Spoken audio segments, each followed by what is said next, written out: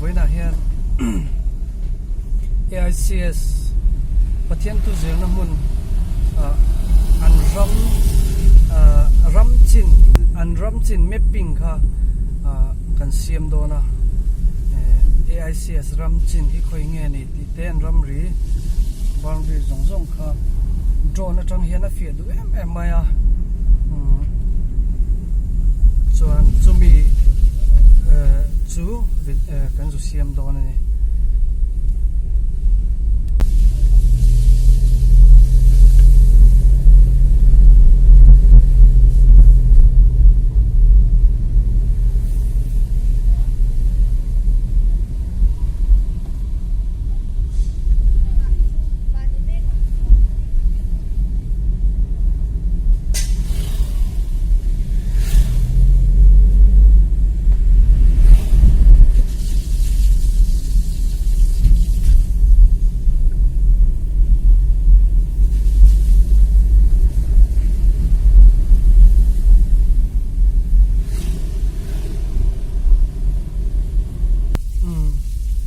AICS hi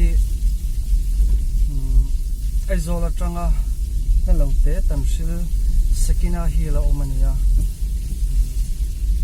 he mi huna tang hian mi in pathian thu lo je thina pathian thu je chuak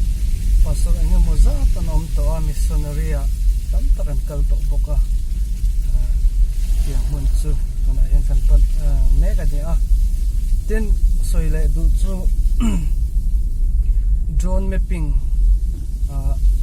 land mapping kan ti jok don ami hi tam tak na lo siap sak to a song Falkland Park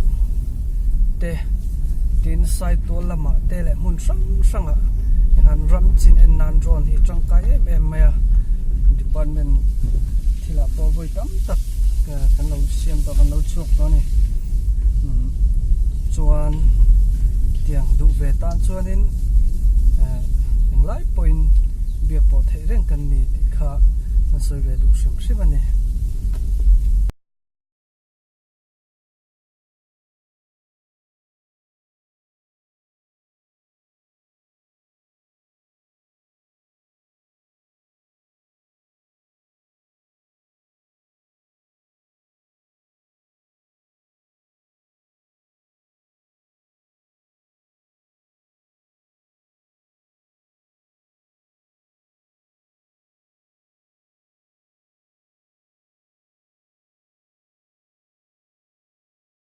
Tribal Arts Center, Social Welfare Department, Government of Mizoram, and the Boka. So, an hay AICS can loot siya ni. At lang tayo dito. Hemi mapping vel kan siyam do na.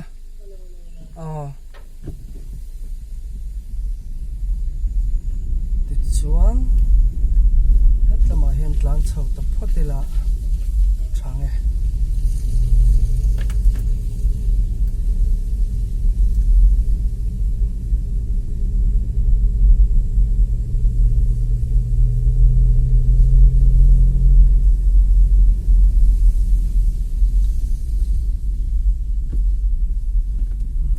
Simon tak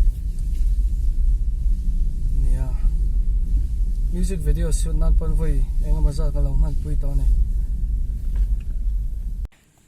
AICS in vo in hi August ni ania AICS lam hianin kan campus master plan ti kan du achu tuna hianin kanin bot sai meka kan cover kan area te min cover sakturin helai tang khan nge control remlai ber turation ta khani mayamo helai tang hian dule vo kan ti theya chun helai tang po hian dule hilai tang po hian dule masa cover vek do tho kha chunin SCMI chelo principal SCMI chelo principal in master plan siam do na kum hi planning commission ni sia chemi tan chang kan mamo sia anin ti chandon me kani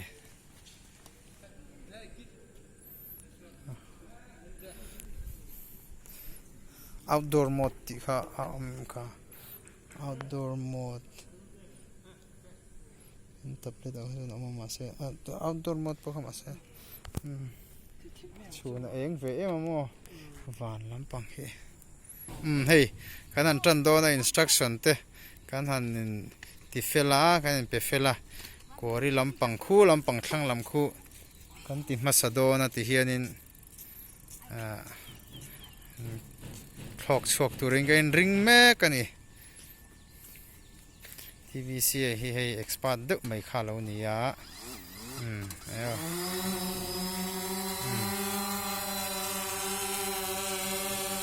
thok tran ta va a ti hianin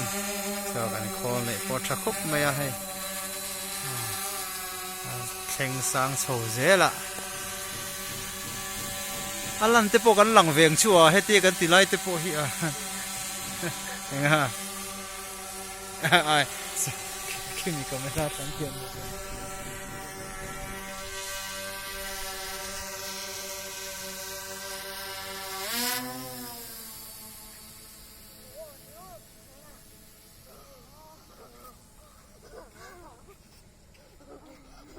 campus po hi ko khat view pot chin o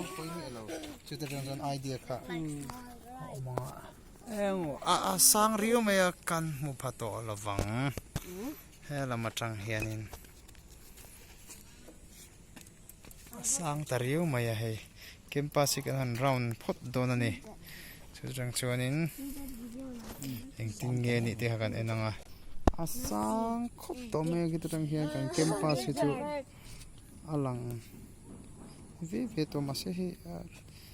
brightness hi asan nu tuklo wang video jang ka phok don lo ni drone phoi chu kan mu phato lo ni khoi la nge campus chu lang cheng ta view mai kori mo te alang thei re khu tlam khu ase screen hian in nang lo tlan mai a wa kan cheng thei vak lo kan campus ka chu khu tlam tang thlit chhui la nge an o thok la deng khop me khu ta ni kal ni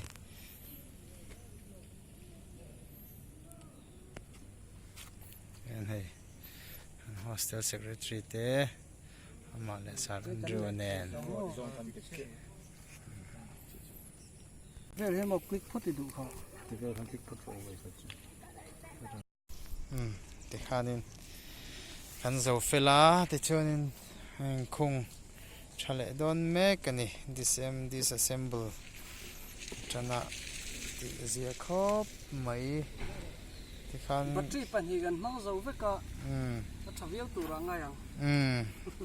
nia nga yang andu keini na kan hriat thiam phak bakin hei mendu tui saka lom khop me na chang kan hriat lo kha ama zo ke ming ko mu je la chulai khalai ti khanin kan cover tha thokhat via winga shia ari hun po kan la nuala khol po hi lo thlok thei rio mai hei pulom te po hian i khopin karing ani han hu chiang seng chen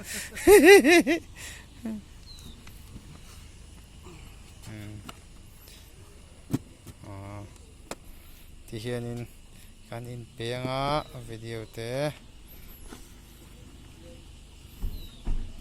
ta hian mi kan ti me ru ma du le watila